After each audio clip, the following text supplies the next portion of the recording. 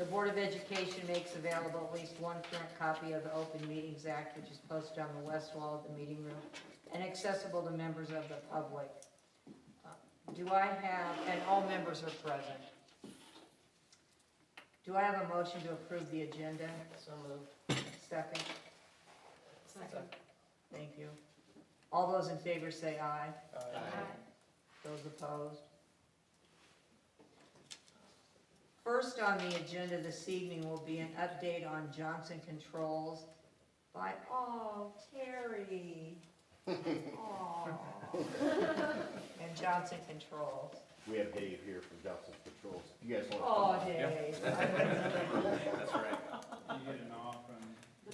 That's right. The big question for Johnson Controls is your golfing this year, right? In the foundation golf tournament? We already have people lined up to golf. You're exactly right. So, get some of my Yeah, cards. let me have that card. I've got some other information. We'll have a spelling, we're gonna have a spelling contest after this, so if you get it right, you win a prize for the night. Yeah, or if you can just pronounce his last name. Even if you get that, then you know, you're good to go, so. So as Dave and Terry approach, just a quick update for you. The reason they're here tonight is to talk to you about some of the HVAC updates that we're looking at in the district, and to give some perspective on some things that they're looking into currently, and then as this all transitions, it all transitions into the ESSER funds. So, and we'll explain more in detail later on, but the bottom line is that we can use the ESSER funds for some HVAC upgrades in the district, and we'll kind of break that out for you as we get down to that bottom end of the report. So Dave is gonna talk about that. Terry is then gonna talk about some of the Johnson Controls things as well, and then some of the summer projects that are lined up. We also have some information we need to pass along to you that was given to us yesterday, along the lines of summer projects and conditions of our schools and some things we need to talk about. So with that, I'll turn it over to Terry and Dave, and you guys can decide who's gonna talk first, so. You wanna talk first? Go ahead. Thank you for your time tonight, I appreciate it, inviting us to be able to come in and talk about some of the things we got going on. We've been working with Terry, throughout, of course, here, trying to, you know, look at some of the things we could do for the school, utilizing some of the ESSER funds, and, you know, that are time sensitive also. I know the government, Board of Education has put some timestamps on those things in order to be able to put those projects together in order to apply for them to get funding, things like that. So Johnson Controls has a whole division that's kind of, really that's been kind of devoted to helping us find the resources, maximize the funds, find things that are available that you can actually utilize those funds for. So it's kind of a good tool. I know we have a lot of resources that we can pass along as well, if you guys are interested in that too. But some of the things we've been working on is indoor air quality items. It seems to be a hot topic. Is here we are a year later, now still thinking maybe we'd be talking about those things, but we still are. And I think they're good items too to talk about as a future, whether it's still COVID or flu and, you know, virus transmission and stuff like that. Just, it's good for our students, it's good for people that are inside the buildings to have good air quality. So those are some of the things we're working on at the high school right now, looking at how can we improve the indoor air quality, changing out some makeup air units. We're kind of looking at those. Currently, there's some configurations on them that are just providing heat only in there. So now we're trying to go back in and say, what can we change out, provide some cooling for some of those areas as well. And obviously there'd be a lot of efficiencies with that because they're original to the school when they were built. They've never been changed out. So there are definitely some increases in efficiency, which is a good payback for, you know, electricity, and then improving the indoor air quality with that along with it. So another item that we're also looking at is updating the control system that's currently right now. It's the original system that's in the building. It's a Johnson Controls Medisys system, but it is outdated.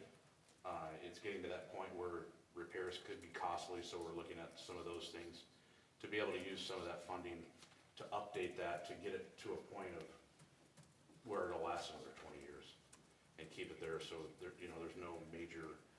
upsets in the system. If something goes down where it's an emergency repair, it can be extremely costly versus trying to plan these things out and do it that way.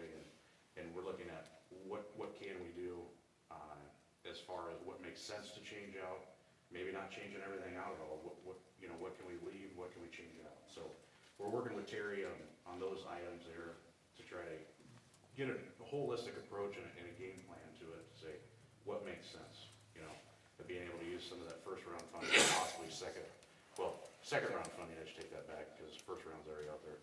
Second round and possibly the third round of funding that's coming up here, so. I don't know, Terry, if you have anything else to add to that?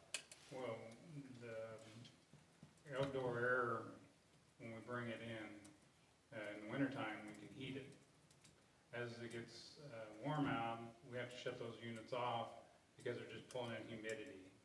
And if you've been out to high school, it's humid. So basically what we end up with is a cold, humid building. So this will help condition the air as it comes in, pull that humidity out. It'll make it a lot more comfortable, and it could actually lower some of our cooling costs because we won't have to cool the building quite as much because that humidity's out of the building. And then the medicines, what we'll do is we'll take and save some of those old controllers, and we can utilize those throughout the district until we upgrade the rest of the buildings. They're not gonna go to waste, we'll use those. So I think that'll be very important too. We'll have one building that's all updated, and then we can look at updating the rest of the buildings or whatever we're gonna do with those. But until that time, we'll have parts, basically to keep all that system functioning.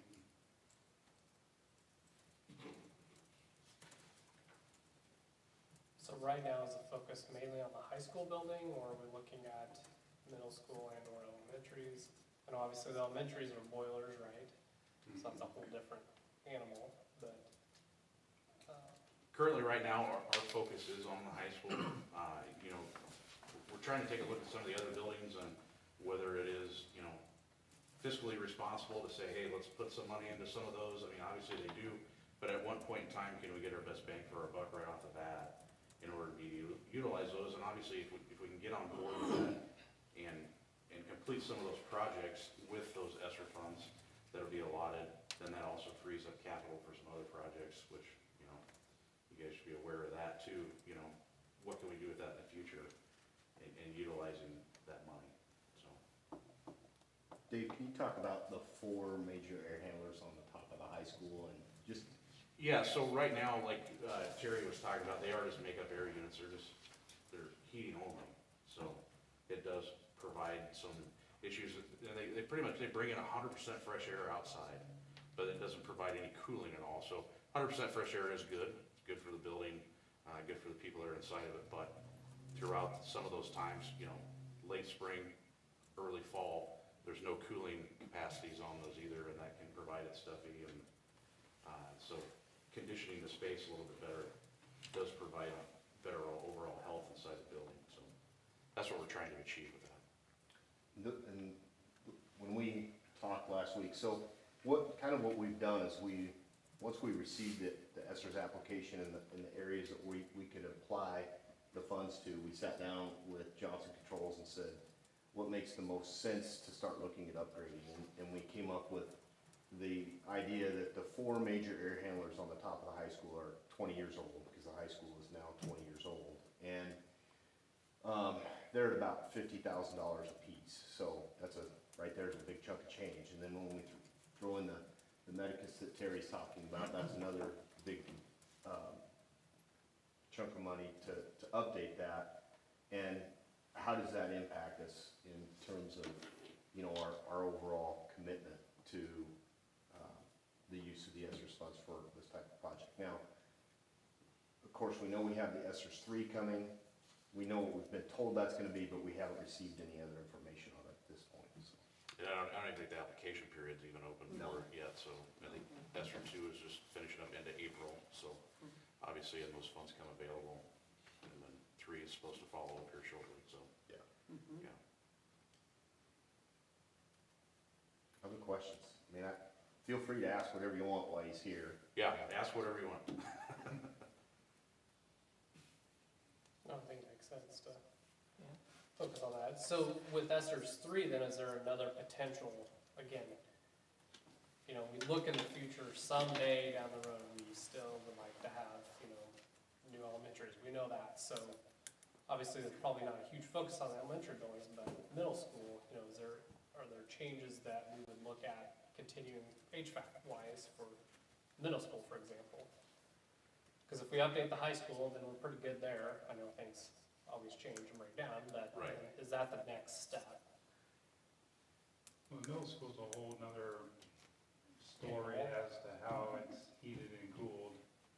I'm guessing there's multiple systems. Yeah, the boiler for heat, but it has univents in each room. So those univents have the boiler, steam go through them and they heat the room.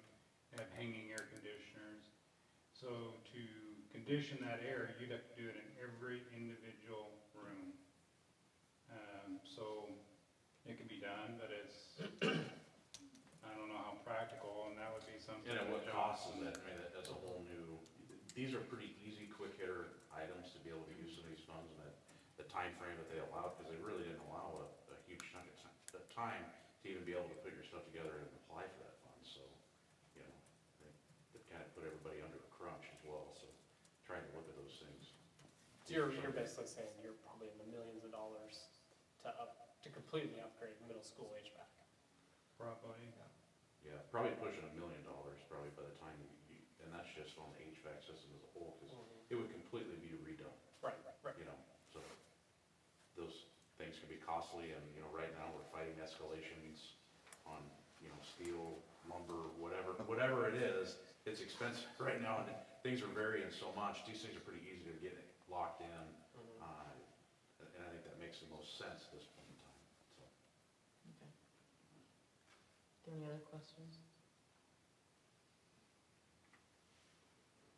Thank you.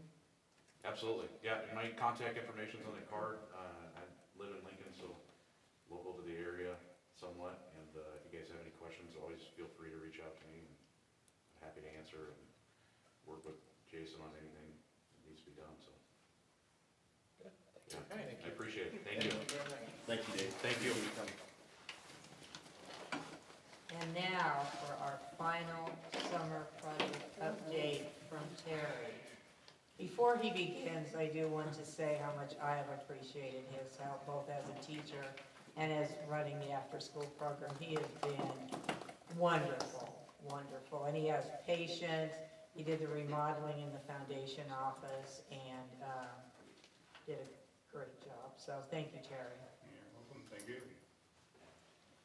Well, I had a 6-page report, but Danielle told me I had to continue. So I had to go home real quick and just make notes. Terry, you feel free to get all that in between now and the time you walk out the door the last time. Yeah, I get even with her. Yeah, that's right. We'll start at the high school. Each year for the last 3 years, we've been working on the parking lot. Been doing sections. We want to do another section this summer. Basically, when you turn off of Orange Boulevard, the north entrance into the parking lot, from that driveway north to kind of a drainage ditch that goes through there, or concrete swell, we'd work on replacing that section. And then we would go around and crack fill and patch the rest of the parking lots. We're hoping that the following year we can maybe start working on some of the other parking lots. And as you notice up in front of the high school, some of the concrete's cracking on the street there. So if we can get the big chunk of the parking lot done, then we can start concentrating on some of the other areas around the other schools. Talking about concrete, as you walk into the high school, you notice the concrete is in pretty bad shape.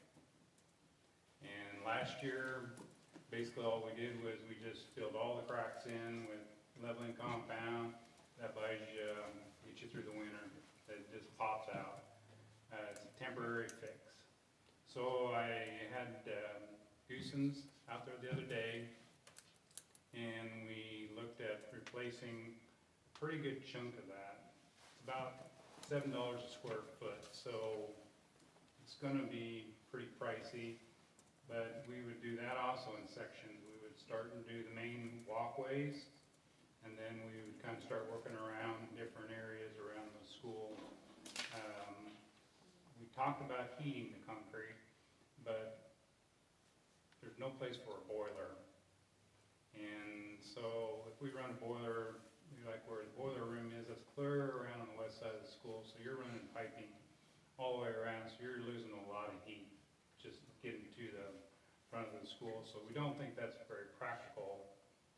So what we talked about doing is, as you notice, there's smaller squares out there. Make bigger squares, not cut the concrete quite as many times, so we don't have as many of those cracks. Maybe that would buy us a little bit of time, but that concrete's probably 8-10 years old, section of it that we replaced. So the amount of salt we have to use out there is just horrible. So I think if we make bigger slabs and that's something that we're gonna have to plan on doing every few years, is replace some of that concrete. We've replaced a number of the entrance doors. Basically everything on the north side's been done. Some of the west side's been done, but we really need to start working on the south side of those building.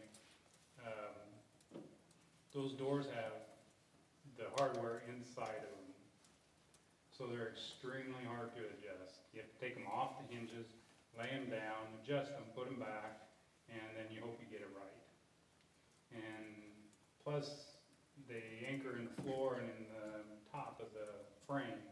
If we put mullions in there and have the panic hardware exposed, you can fix that, you can adjust it, and you have this mullion in the middle for stability.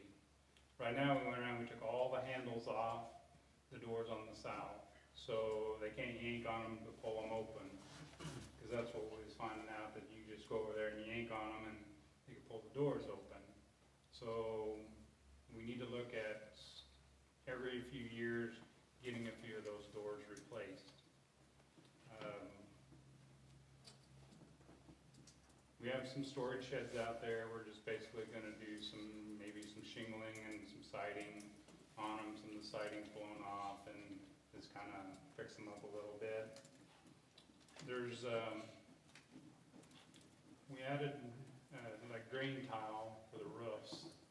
So all the north side of the school, those roof drains run into a pipe. The pipe runs around the building, and it runs underneath the cement and over to a catch basin which runs out to the south of the school. What we didn't do was the west side of the school. So every time we get drainage off the roof in the wintertime, ground's frozen, it runs across the grass, over across the driveway, and we get an ice skating rink over there. So we want to finish that drain tile over on the west side of the school.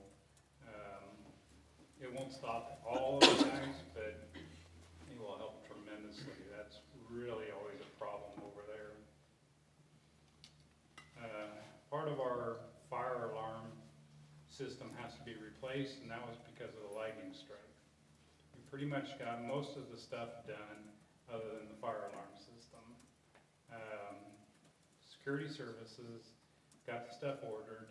They have it ready to go. The problem is we have to bring the building up to code. 20-year-old building, and it's still not up to code. So they gotta go in and they're gonna change strobes, horns, stuff like that. So we couldn't do that during the school year. So got everything ready to go. So as soon as school gets out, he'll come in and we'll get that fire alarm system.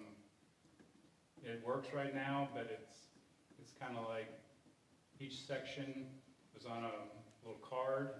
Well, now we added a bunch of those sections to one card. So when it says, when it goes off and it might say west hallway, it actually might be the west hallway, another hallway. So it worked. Fire marshal was happy, so we got through the school year, but we will get that finish being done this summer. At the House of Orange, around the building, the concession stand, the concrete is pulled away from the building, and it just keeps going.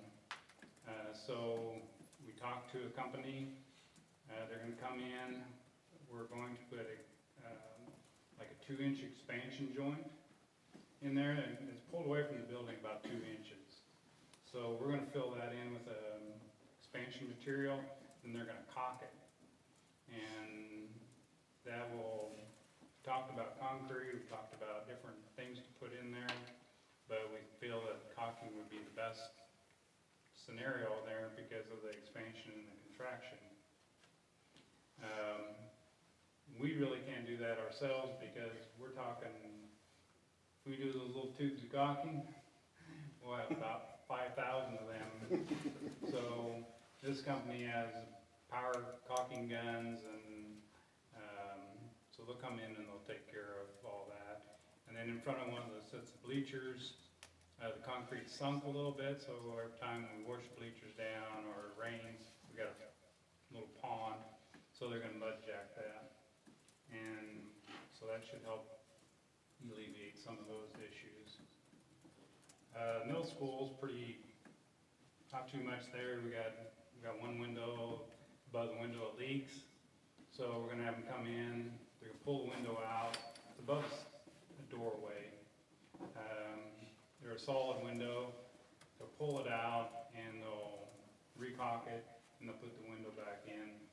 The last time they had this done, whoever installed them didn't do it right, so we had issues. Well, we want to get that window done now. It actually leaks into the hallway then when it rains, especially out of the east. We have another fire alarm issue at the middle school on the west side. Some of the detectors don't work, and there's a break in the wire. So somewhere between the office and somewhere on the west side of the building, there's a break in that wire. It goes through tunnels, it goes through ceilings. We traced it as best we could. So what we're gonna do is we're gonna find the wire at the office, we're gonna go to different sections, we're gonna cut that wire and find out where it's broke at. So we're gonna get that also done this summer. The elementaries, basically, we're just gonna timber, put new timbers around Hvac playground. We got all the rest of the schools done during our COVID break. And so, plus I gotta get gravel, if I can buy gravel. That's like, that's hard to get.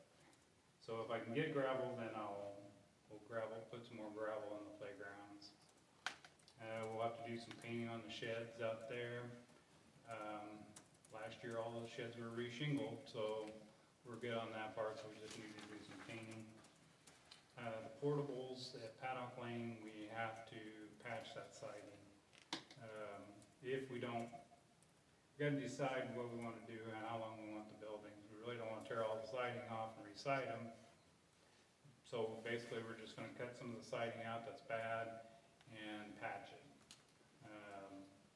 Once we decide if we're gonna keep the portables, then we could do more, but there's no sense to going really in depth in that.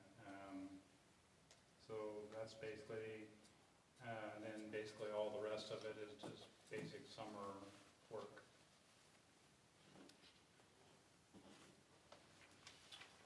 So you have any questions about any of those? You're staying until they're all completed, right?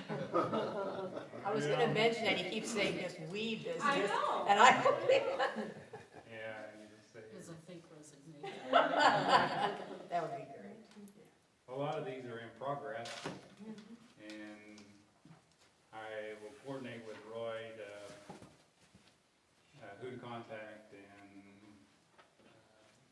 I already got all the stuff wrote down, who's gonna do what, and so I've talked to the different contractors, so we're hopefully this will be a smooth transition, and he can continue these projects on, hopefully hopefully we can get them done this summer, or at least some of them.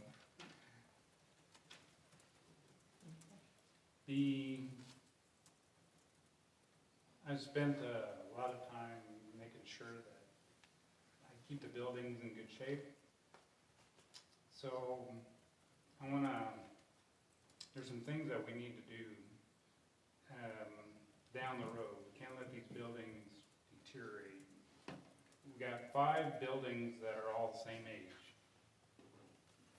And we got 5 buildings with equipment about the same age. So we really need to concentrate on what we're gonna do in the future. Every year gets a little harder to maintain the buildings and keep things up. So there's a lot of things that happen at one building that the following year it'll happen at the next building. One example is at preschool, I had some tubes in the boiler leaking. We had those replaced. The following year, Stoddard School had tubes in the boiler leaking. So we have to keep that, we gotta do something with these buildings, and we have to, there has to be a decision before too long. You're gonna end up putting a lot of money in these old buildings. The electrical part is horrible. There's conduit in every one of these rooms that, and they got outlets attached to this conduit. There's conduits across the ceiling. You know, when these buildings were built, they had a projector maybe. Now when you go in there, you have all these outlets that we've added, and the custodians still can't find a place to plug in their vacuums. Running a buffer is like next to impossible in these schools. You pop breakers all the time. And trying to shampoo carpets, do all that stuff, we just pop breakers. So it's, the electrical is horrible. And plus the panels are so old, they're pushmatic breakers, you can't get those. Actually, at one school, we went on eBay and bought breakers to fix it because we could not buy breakers. We kept panels through the years with remodeling, so we have some breakers down at the shop to patch in things, but you can only do that so long, and it's gonna have to be repaired. The fire marshal does not like our building. When he came over to Paddock Lane School, and he walked through, and he gives me a 3-page report of inefficiencies that we had to fix. I knew we was in pretty big trouble because, like I say, all our buildings are the same age, they got all the same stuff in them, they're the same design, so when you do something to one, you're gonna have to do it to all of them. And we was able to fix a small portion of what the fire marshal wanted, and we got a lot of those fixed that we could. But the biggest one is the ceilings. They want to know if the ceiling tile was Class A fire rated. So I found an old box upstairs that actually had ceiling tile in it. So I called the company, I give them the number, and asked them if they could tell me if that tile is fire rated. They said no. There's no way that they know because they're 50 years old. So I have no way of testing the tile to see if it's fire rated. So we looked at fire paint. So all those tiles have holes in them. So how are you going to fill the holes with paint? It is just not practical. So if we do remodeling at those schools, the ceiling tile are gonna have to be replaced because they're not fire rated, because we can't prove that they're fire rated. We ran into issues with, they wanted wanted fire doors in the hallway. We don't have fire doors in the hallway at the elementary schools. We do at the middle school, but we don't at the elementaries. Plus also, the middle school also has the same ceiling tile as the elementary. So that's another issue that we're gonna have to deal with if we ever try to remodel the buildings, is bringing that up to code. We ran into an issue between the police department and the fire department about our windows in the hallway. The police department says we have to cover those windows because for security purposes. Fire marshal says you can't put anything on there that isn't fire rated. So I got the police department there, I had Officer Price, and I had the fire marshal there, and I says, let's talk about this. Because they were putting paper over the windows in the hallway, in the classrooms. You can't do that. They were putting curtains up. You can't do that unless they're fire rated. So we never did really come to a good conclusion, but I figured those two can hash it out. So, long story short, the buildings need attention, and we're gonna have to do something someday. And if we decide to do something to the buildings, it's gonna be major, because you can't just piecemeal it in. If fire alarm goes out, system goes out at one of the elementaries, you're looking at bringing the whole building up to code. And that could happen at any time. We kind of did that at Paddock, and I got my hands slapped because of that. But we have to realize that when you want to do something to the schools, that everything has to be brought up to code, and that's going to be very costly.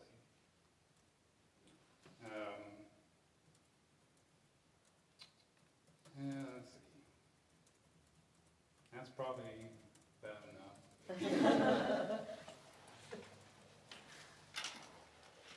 I appreciate the support that I've gotten from the board through the years. And I look forward to seeing what happens in the future with the schools. I'll keep tabs. And I'll be kind of selective who I give my new cell phone number.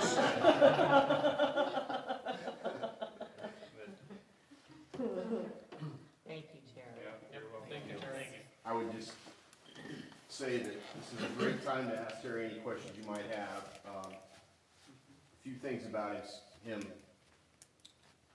You know, he really is the heart and soul of our buildings.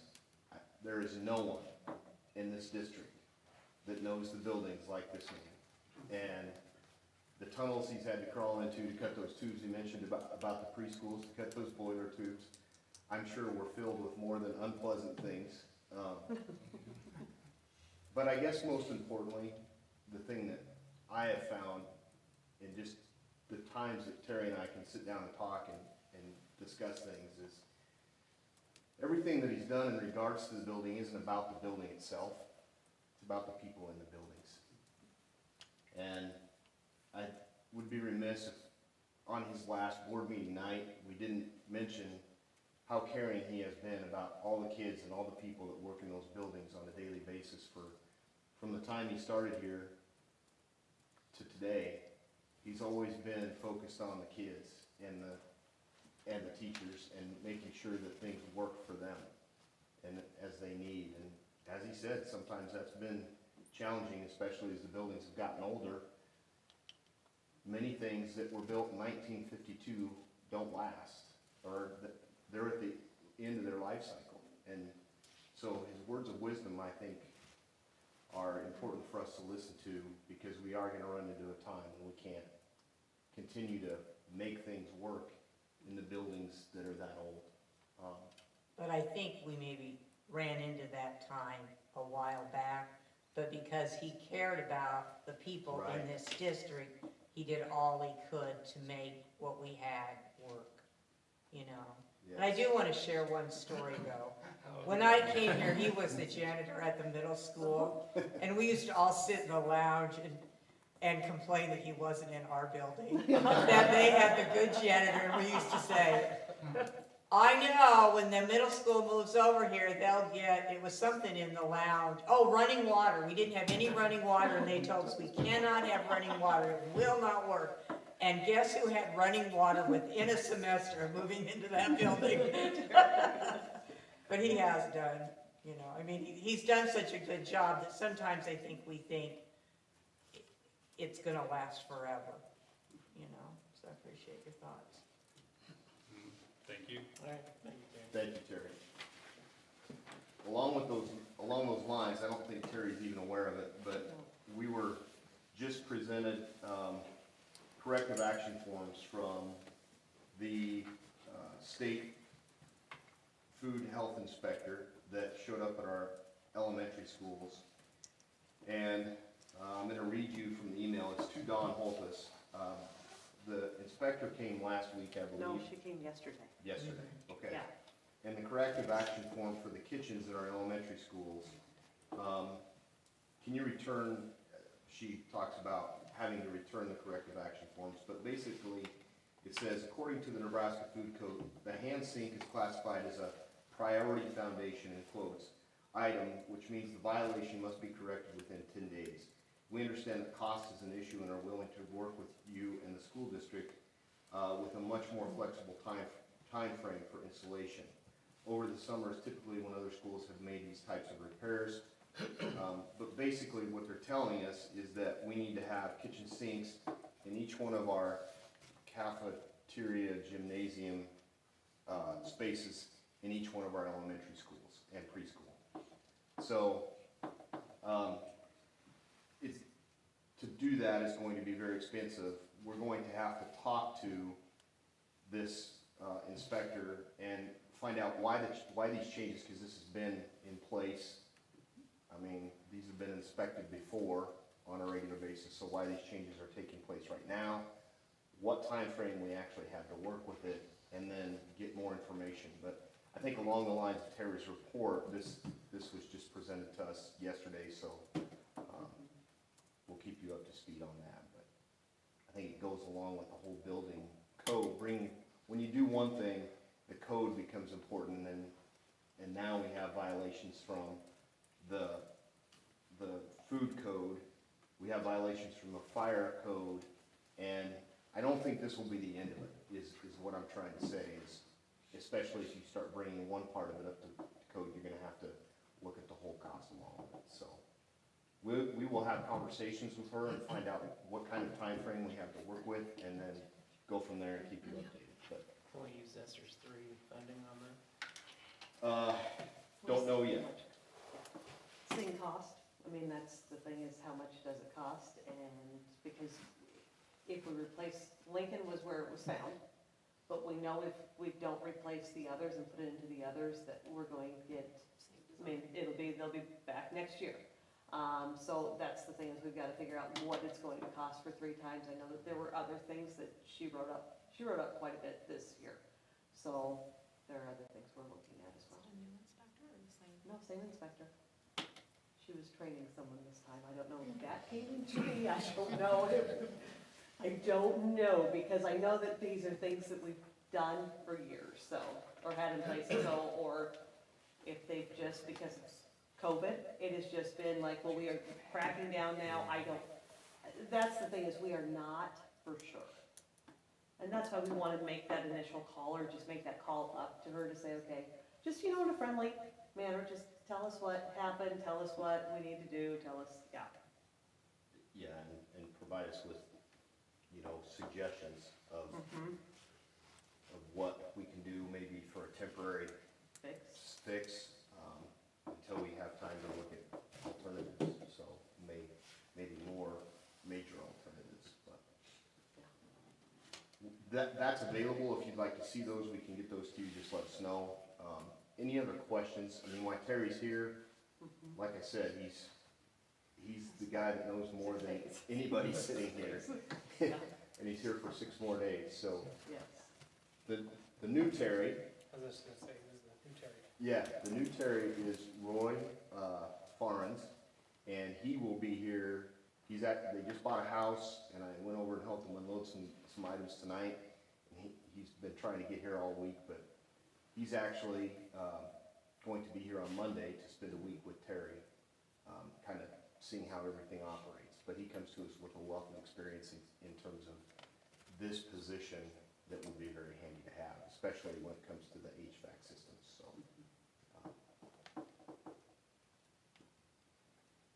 That's all taken care of. Terry, I think you've had a chance to visit with Roy a few times, haven't you? Yes, Mike, very nice guy. We didn't talk a whole lot about the buildings yet, but Well, let's not. Let that be a little surprise. we'll give him a tour Monday. Well, let's not be telling everything, you know. We'll try to sugarcoat it so he stays. Yeah. Are we ready to move on now to ESSER funds? Yep. With Mr. Alexander, Dr. Nielsen, and Ryan McDowell. Yeah, Ryan, come on up. In terms of the ESSER funding, we've spent a lot of time talking about this, and it seems like you continue to hear about it, and I apologize for that. Just trying to make sure that you get as much information as it comes to us, and as Dave indicated, it's coming very quick, and the timeframes attached to it are very quick as well. So, I asked Ryan to come tonight to provide kind of an update as to what we're looking at technology-wise, and again, the experts in the field are much better for you to have, if you have questions to talk to, than myself.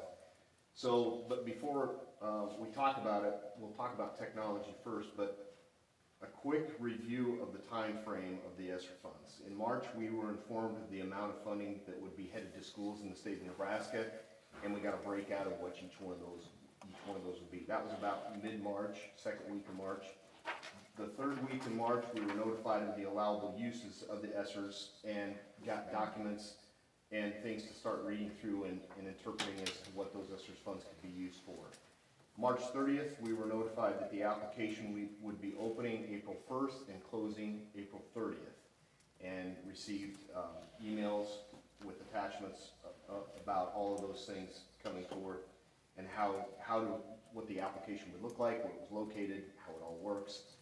And then shortly after that, and again, we try to keep you up to date as things were coming to us, we met with the administrative team a couple times to inform them and present them with the district components we'd be looking at and how we could use ESSER's funds in the district as a whole, and then also ask them to meet with teachers and start discussing individual building needs and components related to their individual buildings. So that process has taken place, and principals are now starting to send us back the documents that they have requests for in their buildings and their individual needs and components related to their individual needs of each building. So that's kind of the process that we've been through. We've met with, we've tried to keep you updated as a board. We've met with the admin team to explain to them how it all works.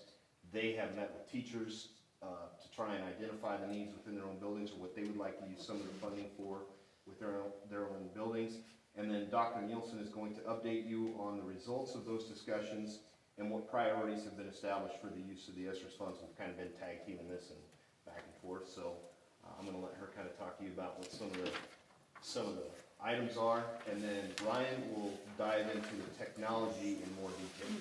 So real quick, the 1.3 million, we know that's what our allocation from the state is, correct? Yep. And then you still have to apply for it though, Correct. or prove that you're utilizing it for appropriate ESSER funding release, okay. And They then, have to approve it You yeah, have to approve, okay. before we can spend any. Can they line item veto something and say, nope, I don't Yeah. agree with your If technology they funding? think that it does not fit any of the categories, they will say, sorry, you cannot use it for that, or prove to us why, and so yes, they can. Okay, so, in front of you, you have the big categories where we are going to be spending the funding. So, the first category we're looking at is professional development, and that will really be to address the learning loss and teacher development, but professional development will be provided in PBIS, MTSS, instructional model, instruction in the classroom, and just kind of making sure that we are where we need to be in that area. The next one is vision and hearing system. We are going to purchase technology to aid in the identification of students that maybe have a vision or hearing problem that might attribute to a learning loss, or, you know, if they already are having a learning loss, that might continue to promote the learning loss, and we do not want that. Technology, and Brian will be talking about that, but this is also added to one of the things he'll be talking about is kind of ensuring technology is up to date and that we have enough for all of our students and access points, but also that addressing learning loss. So there are some systems in here that might be utilized through schools and with students to address that learning loss and help catch them up. Mental health services, which will include the professional development, but also direct health services, direct mental health services to our students. This will be geared more for our middle school students at this point in time, because when you look at documentation from the counselors, our middle school numbers are where we see the highest number of referrals. So that is where we are looking at this point in time. Curriculum updates, we are looking at updating our social studies curriculum. We have our textbooks picked out. If you would like to, they are open to the public. They are in my office. Stop by. I'd love to show you the textbooks. They are there for your perusal. So, social studies textbooks are, will be looked at there, and then these are other curriculum updates that might support some mental health pieces or might support some other curricular areas such as reading and that literacy or numeracy to help our students at those building levels. And I forgot to put the cost of the next one, but it will be the cost that school facility repairs and air quality updates go hand in hand, but the school facility repairs really focuses on that bottle refilling stations, and that would be more so at the middle school and making sure that we have more bottle refilling stations for our students.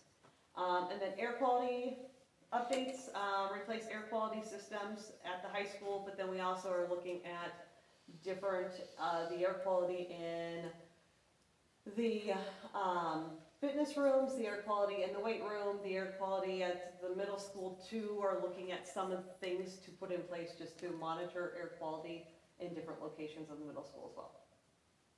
So those are kind of a general place in a general sense.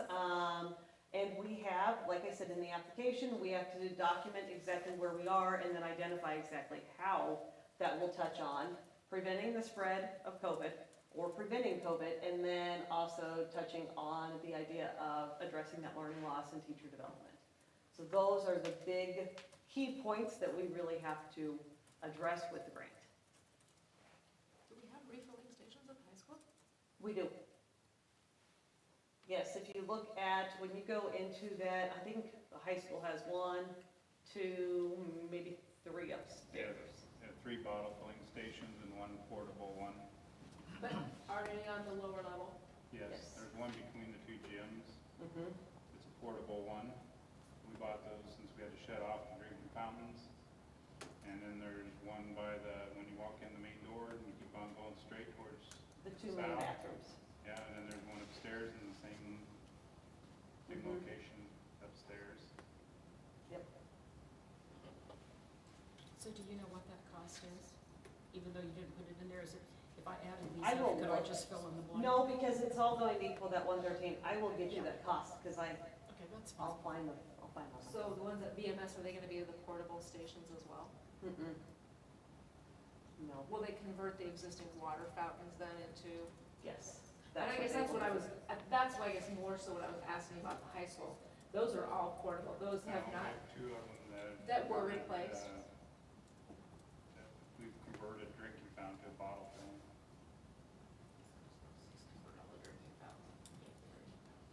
Mhm. The thing is, you have to have an ADA compliant one and a regular one. So if you put in a bottle filling station, you really need to keep one of the drinking fountains, because one of them needs to be ADA compliant. Mhm. We ran into an ADA issue too long ago, didn't we? Yes, we did. Yeah. A lot of details. Yeah. Those are kind of the broad categories so, did you find that? Yes, it's 6,000 goes to the school facility repairs, and then you would take 6,000 off the air quality updates and put that to 242. Okay. Yep. And if you want a clean sheet after you made that, I can send you a clean sheet. That's fine. I know there are some people that like clean sheets. Danielle's gonna attach them to their meeting. She is, so I'll make sure she has a clean one in there. With that, well, technology has probably been one of the biggest talked about items with all this, and we've made huge strides in the year since Ryan and his team at issue 5 has come on. And there, I mean, so many things, we don't have time tonight to talk about all of it, but with that, and now with the ESSER funds, there's gonna be even more strides, and so we've got the expert here to kind of talk about those things that they're looking at, and then let you ask questions, so feel free. Ryan, I'll turn it over to you. Yeah, so, as you know, last year we started on core networking things. We started at like the switches. We started at the very base of where all the internet traffic goes through. So we replaced all the switches last year. So we've got that piece replaced, done. It's working well. So we're slowly moving on to different sections. We keep finding more sections. And luckily we have this money though, because this will really bring us up to speed on especially classroom technology. So we started looking at projectors in the classrooms. A lot of the projectors are old bulb projectors. So I mean, on one of those, if they're left on, which they often are because they take a while to warm up and cool down, so you can't turn them on and off quickly, the bulb lasts 1,500 to 2,000 hours. And then as time goes on, the bulb gets dimmer and dimmer and dimmer, and then eventually a loud pop and will explode. So the newest projectors that we've switched to are laser LED projectors. They don't have a bulb, they have laser. They last anywhere from 20 to 30,000 hours. They're instant on, instant off. They're a brighter picture. But a lot of people, they're getting harder to find, and because they're moving to TVs. But we looked at TVs and interactive TVs in the districts or the buildings, but they just don't fit right now with the current whiteboards and having to mount them. So our best avenue that we thought would be would just replace projectors with the new laser LEDs. So we got one in yesterday. Actually, we demoed it. It's a 4,000 lumens, super bright. It can accept a 4K input. I mean, it's honestly probably the best looking picture I've ever seen on a projector. So we were super excited about it. We got a demo unit here, and those run about $825, or they're $900, but we talked them down to $825 per unit if we buy over 100 of them. And with our plan, we're thinking of doing, I think there's about 140 of them that we'd have to buy to replace all the projectors in the district. So that'll give everybody a level playing field. I mean, you'll walk into a classroom, you'll have the same projector. And that's what we're trying to accomplish with all these district classroom upgrades, is to have a classroom that you walk into and it looks exactly the same as the one next door. So, I mean, if you switch classrooms, you could go next door and it's the same thing. You don't have any trouble with the learning curve. So, we want a new projector, a sound bar or mic system. Some teachers have asked about, well, they don't have a good mic system or a sound system in their classroom. So, if we put a sound bar, or they have sound bar mic combinations that we're testing out right now, trying to find something that's affordable, we would do a combo. Right now, laptops in the district, I think we have 3-year-old laptops and 1-year-old laptops. So what we're looking at doing is finding a reliable laptop for teachers that will last 5 years. Some of the current ones we have now probably won't last 5 years. So with some of this money as well, we're looking at possibly replacing 25 laptops at the high school that are coming due first, so we don't have to replace 50 laptops all at once. So we'll have, the first round will be 50 laptops that we'll have to replace, and the next round will be 100. So if we can use some of this money this year, we can replace some of those, so we can get on the cycle, so it's not such a hit every single year when we're replacing that many laptops. So we have a projector, a sound bar, a less than 5-year-old laptop, and then a docking station, which pretty much takes everything in your classroom and plugs into one unit. When you walk in, you plug your laptop in with one cord, everything's hooked up. simplifies everything. Some teachers have extended monitors. We have budgeted new monitors for pretty much every desktop and teacher room in the district as well. We went through and a lot of the desktop monitors are still square. I mean, everything's widescreen now. The square monitors are probably anywhere from 10 to 15 years old. I mean, in technology world, that's crazy. So new monitors, and some of the labs will also be doing dual monitors for the business labs. They'll have 2 monitors so they can do multi-screens. When we brought up replacing projectors, a lot of people are concerned that they had interactive projectors or whiteboards that they could go up to and touch or write on. Our solution for that is an IPVO pin. It's like an IR pin with a sensor that mounts on your projector, and it turns any projector into that. So you can go up and write on your screen, trace, highlight. So it'll turn any projector into that for like $160, as opposed to over $2,000 for a projector that's interactive. An interactive TV is right around $5,500. So, I mean, these are a lot more cost-effective solutions than just throwing in a TV. So, when we have districts that have put in the interactive TVs, and it's pricey. The last thing too is if you don't want to wire in, we're going to have new HDMI cables for all the projectors, but we've also looked at having an optional wireless mirroring adapter. So you plug it into the projector, and any Windows 10 laptop you can wirelessly project to the projector. So with that, our thought is eventually if you can have the ability to have a tablet or a laptop that flips into a tablet, you can be walking around the classroom writing, and it'll be showing exactly what you're doing on your screen up there without any wires. So that's our hope, is to just have a simplified new experience in the classroom. We've been slowly replacing the projectors that have been dying, but we're getting to the point where after you buy so many bulbs for the projectors, you're paying double or triple what you could buy a brand new projector for. So that's what we're trying to move towards, something that's not going to have so much maintenance. Is there any questions on that before I move on to some other stuff? I would say that the projectors are used particularly by lots of teachers, but I know the foundation gets requests regularly to replace them, so this will be great. Yeah. But I think they're used, they're valuable. Yeah, and the biggest benefit that we see too is the laser LED is you push the button, within 5 seconds it's on. And if you want to switch classes, you can turn it off, and then it'll turn right back on. You don't have to wait for the bulb to sit there and cool down for 10 minutes before you turn it back on. Because if you turn it on and off with a bulb projector, it gets hot so that it can explode if it doesn't cool down. So. Thank you. Some other district updates is we've budgeted in, like I said, for teacher desktops and labs. We're going to switch over to new adjustable 24-inch monitors. We've walked into so many classrooms that are square, and they have stacks of books with their monitor to get up to where it needs to be. So we're looking at new Dell monitors that are adjustable. I mean, you can raise them, turn them. So that'll be nice to have.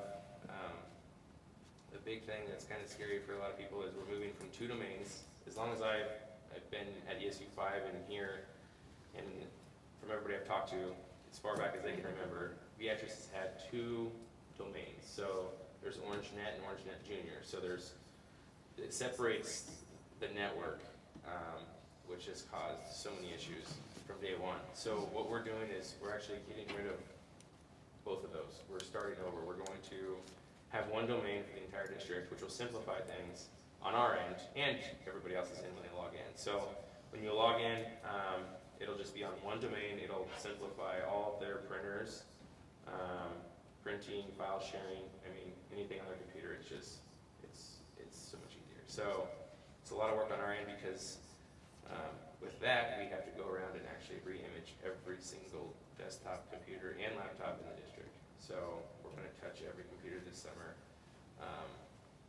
and wipe it clean, so it's like a brand new computer. So that's going to take some time, but we plan to bring in everybody that we can from ESU 5, all the tech staff to help with that, so we can hopefully knock it out within a week. So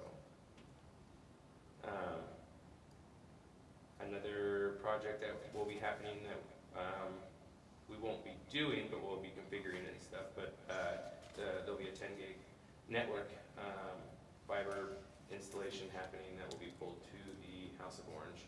So there'll finally be fiber out there, the network connectivity. We're putting 2 network drops in each, room up top, so you can plug in up there, you can plug in a laptop, we can actually have a phone over there for emergencies. So there'll also be fiber to each end zone that goes up to the crow's nest area. So then we can plug in cameras on both ends, or for like track, you can have the wireless timekeeping devices or band. You can put cameras on both. There's lots of things that this will help out with. So with that, there'll be public Wi-Fi over there. We'll put in APs, so public Wi-Fi and secured Wi-Fi. So it'll broadcast the same SSIDs that are in these buildings, as well as an open public network that the public can get on during games. And that should be happening in June, I think, is when they wanted to start that project. So,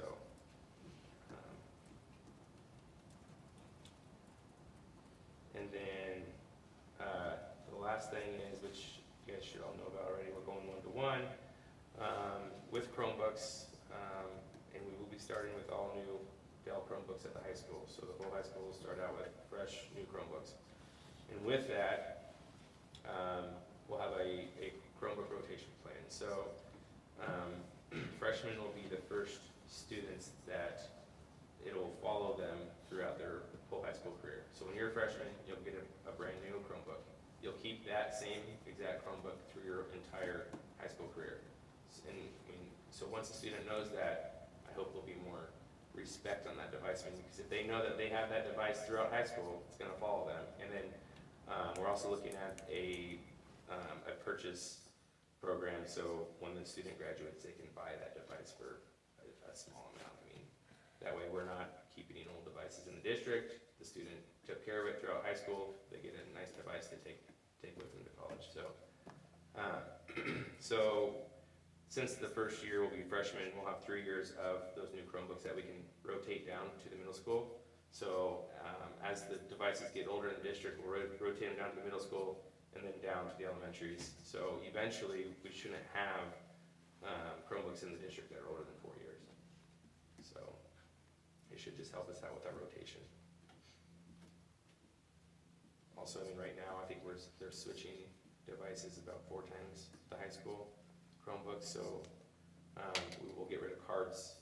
We won't have it, each student will have their own device, and we'll follow them throughout the building, throughout the day, so. They're currently keeping their devices, and we switched that because of COVID. So it was kind of a nice transition into that 1-to-1 piece, because they're already doing it. I guess before it was. Yeah, before it Yeah. was, they were getting them for each room, they had a different one. Yeah. So, is there any other questions on those? And Will they check those in for summer and then check Yeah. back out in the fall? Yep. there's a lot of other small projects that are, I could list another 20 things that we're doing, but I'm not gonna bore you with those. So what happens if they lose their Chromebook? How does that work? Do they have to purchase it then? So we'll have, on our end, we can track them to a degree. We can lock them down as well if they're stolen, or, there's things built into that. So there will be a protection plan that can be offered to students. So, and we're still working on the details of that, but you can purchase a protection plan. So if you happen to break a screen or your keyboard or something, we can repair it at a reduced cost, as opposed to if you didn't buy the protection plan, it would just cost you the full amount. And we'll have all that laid out, Okay. so. Good question. Don't be afraid to ask them, because the expert's here. On the House of Orange, you mentioned the network drops and all that taking place in June. We're just gonna wanna stay in touch on that, because then the track resurfacing project will be in July, so Okay. as Yeah. that starts to come, we just need to. Yeah, and I am hoping that start as soon as school's out, and it'll be done before July is what they were shooting for. They wanted to be completed by July 1, That's awesome. so. Yeah, we're trying to get all those camps and everything. I mean, everything, a lot of people think school's out, kids aren't around, but that's not necessarily the case. There's people all the time, and so, just coordinating all that, we'll have to make sure we stay in contact, so. How many Chromebooks at the high school does that equate to? 635. Mhm. So we bought 335 the first round, and the second, we just, well, I think we just purchased today another 300. So, and luckily, we told them to ship them now. There's a good lead time, I think 10 days. They said they can have them shipped, because a lot of other companies, they're booked out months right now, so we got lucky on that, so. And that's another thing too, with the laser LED projectors, they said if we wanna get those ordered, they're running low on stock for supplies and materials like everything else, so they said lock it in if you know you're doing it, so. Are you guys running into that at the lumberyard? too? Yes. Just hard to get anything? Right, yeah, and the price and the bid that we give them is only good when they walk out the door. I tell them it's good change in 5 minutes. But even with the car lots, it is amazing how empty shelves are. I mean, that's, or even the cost, yeah. Or if you order one, if you order a vehicle, you may not get it yet this year. Yeah. Mine, they went all the way to Kentucky to get it. It's crazy. Yeah. Is there anything in this, I mean, this is all hardware and infrastructure and all that kind of stuff. Is there anything being spent on, training or facilitating, you know, if somebody's not up to speed on these things? That would all focus on that professional development area, but there's also some professional development in that technology realm as well. Yep. It's only good if you use it. Good question. 100%. And I think those are where expectations have to be set as to, okay, now it's past COVID, we kind of went with it, rolled with whatever, you know, tried to get everything up to Google Classroom. Now the next question is, do we continue on those? And what is the expectation, what will be expected of staff to ensure that our students still have access? Because we have talked about that Google Classroom being a very beneficial thing. If it's used, I know it takes time on the teacher's part, but it also is, our students, they may still have the quarantine orders. We have, you know, we aren't for sure what's going to happen with that. But students do also get sick throughout the year. Students also are in activities, or maybe, you know, they're off on a little vacation, or they're off on this or that. It's nice to have access to what they missed right there at their fingertips. So that is, there's benefit to that, and that is probably one of those things that I know it takes extra time. I totally realize that, and I know that that is, so it's kind of how do we balance things too? How do we not put, you know, so much stuff on the plate, because we know that it becomes so overwhelming and nothing really gets done. But what do we prioritize? I mean, that's one of the things we've been talking about, is what are we gonna prioritize next year as we move back into the year? Because we really have kind of stopped a few things this year. What do we move back? And like as schools, before school starts, we want, I mean, these are a lot of changes. You're gonna walk into your classroom and what you're used to is gonna be different. I mean, so, what you, at least what you see, I mean, it'll work close, pretty much the same, but we want to be able to get in there and do some PD for the teachers and show them, okay, this is how you run everything. Like, 'cause we run into teachers too now that they don't know how to run a classroom. They said, nobody showed me, I just figured it out. So, I mean, there's a lot of things that we wanna get in there and just, this is your new projector, this is how you plug in, this is what you can do with it, so. Will we have availability for students that do not have Wi-Fi at home? We currently have hotspots, and we will currently continue to check those out. So those are accessible. Families just need to contact us, but we currently have hotspots. We, not for sure how many we have checked out right now. I don't know, who's checked out. Handful? You have to change it with that. Yeah, I'd say probably about a handful that we have checked We out for that. advertise that so people know. And if they contact their media specialist, plus The other thing that they've done, middle school and high school has sent out a survey, just emailing students to say what do you have access to? And the thing is, if they just say phone, they're gonna say no. You're gonna need something more than that, so we've even checked out Chromebooks to families too for the full year, and we'll continue to do that too. We'll continue to take some of our older Chromebooks that we can just check out all year that still run and are still in good shape. But check out the whole year to them so that they have a device at home. If, like at the middle school, they aren't taking their devices home. So they would still have access to a device, because we know that most of our textbooks are online. I mean, it's going to cost you a large amount to get paper copy anymore. It's so much, it is just much cheaper to go with the online component. So we need to just make sure they have access to that. And a credit to our ELL specialist, Marissa, who's helped us communicate a lot of that to our ELL population, that when they had questions about hotspots and networks and things like that, without her, we'd been lost, so. We're also trying to do some more outdoor, so like with this House of Orange project, we're at the high school, we're actually also putting outdoor APs on the front of the building, so that should cover the parking lot. So in a pinch, it's not as good as at your house, but you could, in the parking lot, park and have access to the Wi-Fi. We're also partnering with the public library to run fiber. They're actually tying into ESU5's network, into Network Nebraska. We're installing an entire new, we aren't, but we're helping them with the E-rate, so we're filing their E-rate.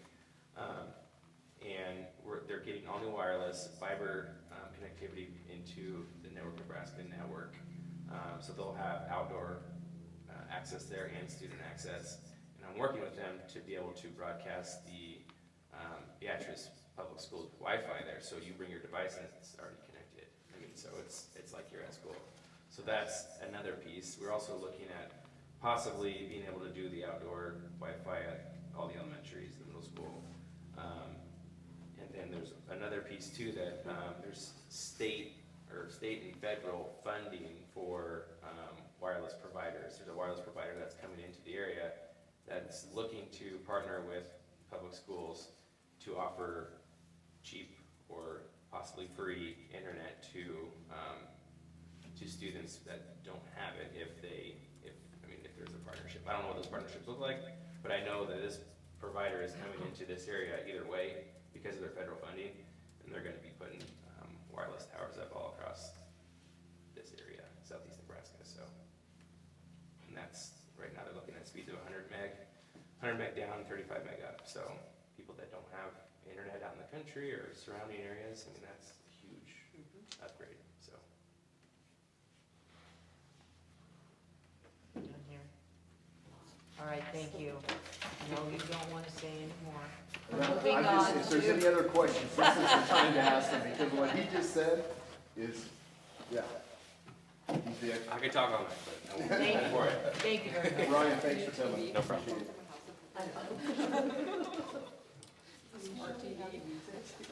Next, we're going to talk about administrator and classified salaries, Mr. Alexander. Sure.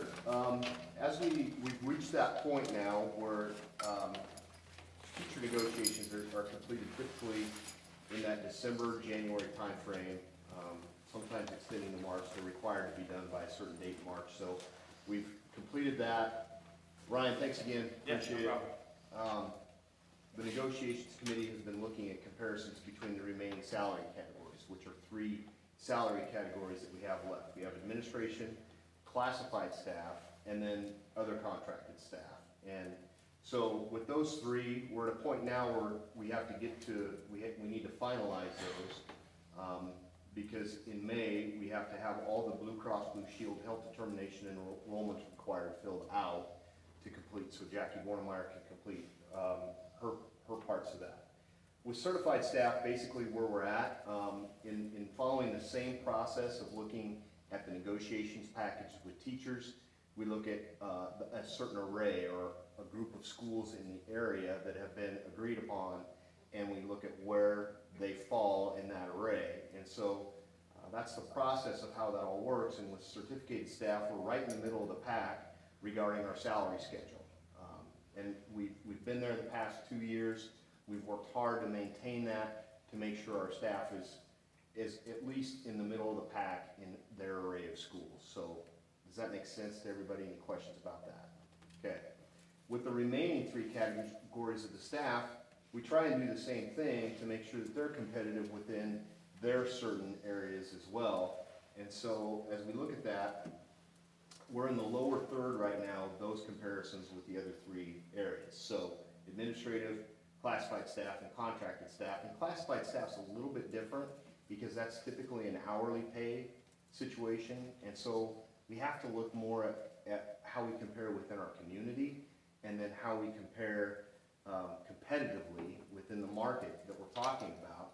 And then also keep in mind that the hourly pay category is a whole unique animal in itself because it deals with such things as federal required rates, state rates, and right now, if you're watching the news, you're hearing talk about $15 per hour, and will that happen or not, we don't know, but we have to be aware of those things as we talk about classified staff. So essentially where we are in working to bring those back to the middle, as we have with our teachers, we've worked to present a following recommendation for salaries for the 21-22 school year.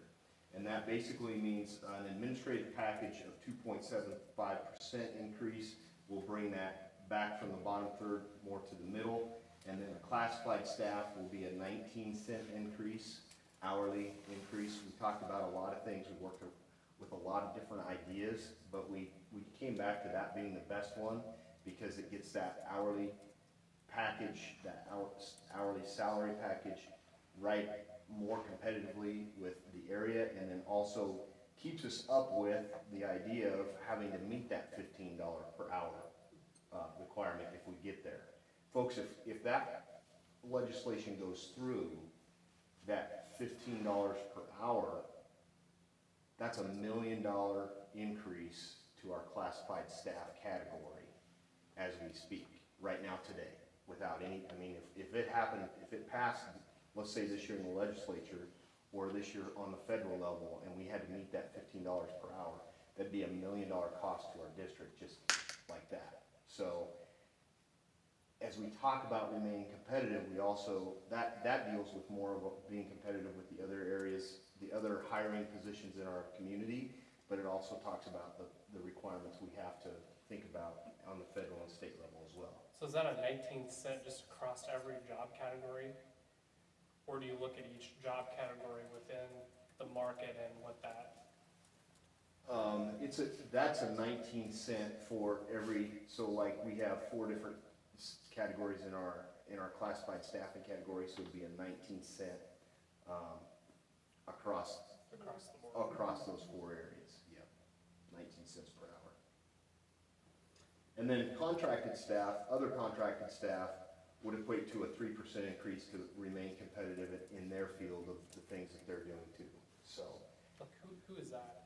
that would be like Terry's and the other contracted And positions. nutrition services, Yeah. Donald, this would be the contracted staff. Yep.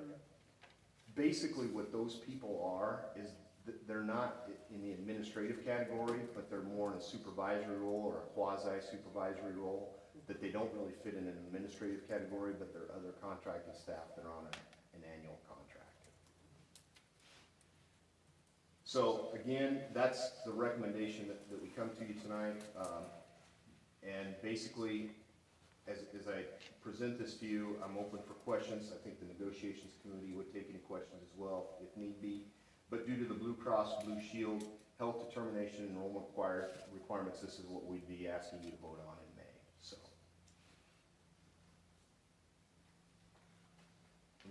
any questions or? How many of our classified staff are considered full-time? We have roughly 175 classified staff that are in categories of full-time to 10-month to 9-month. That's how we have them broken up. And I think our full-time, Would be everyone here. And you don't have to guess, you can send that to me. yeah, I mean, We'll send that to you. off the top of my Yeah. head. Maintenance probably, mostly. Mm-hmm. Yeah. Maintenance here, this building that works all throughout the summer. the administrative staff here in this building. Mhm. Yeah, I know those numbers are broken out, Lisa, I just don't Yeah. know off the top of my We head, can so send And those. that's fine. Yeah. Just so that it's- we'll do. we don't have to know what right now. Just Yeah. out of curiosity. Thank you. And I can send you how they're broken down by category. No, fine. Mhm. I'd like that information as well. Sure. We'll just send it all.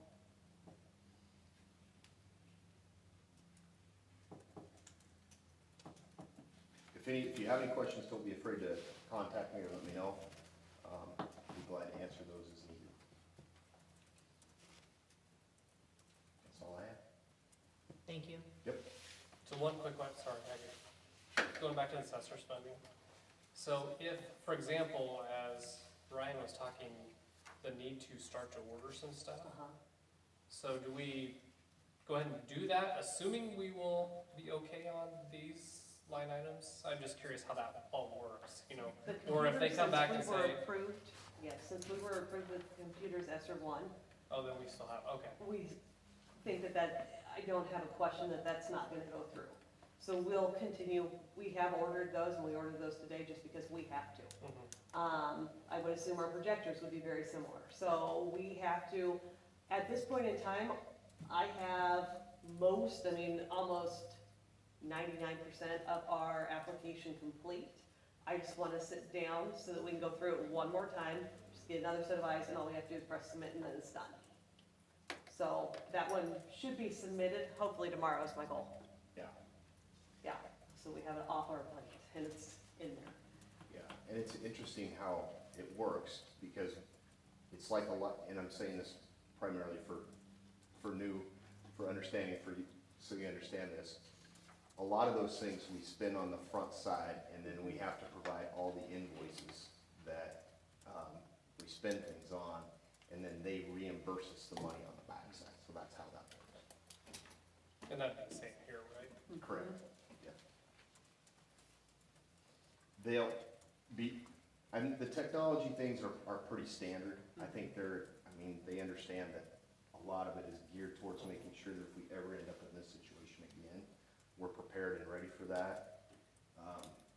So that's a big portion of it, but I think so I think those things go through pretty quickly. I think it's the other things like the air quality things and that they're gonna go through more with a fine-tooth comb. So we'll see.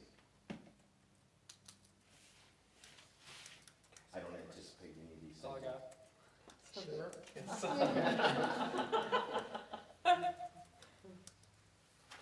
And again, folks, I'll just emphasize, sorry, if you Maybe have, a fast enough for it. if you have any questions, please don't hesitate to contact us. Sorry, go ahead. This is the proper time for public questions and comments on any agenda topic. Please make sure a request form is given to the board vice president before the meeting begins. John has assured me he has no forms. Do I have a motion for adjournment? Board of Education, District 15 adjourned. Second? Second. Your votes, please. All those in favor say aye. Anybody that says opposed, we are adjourned.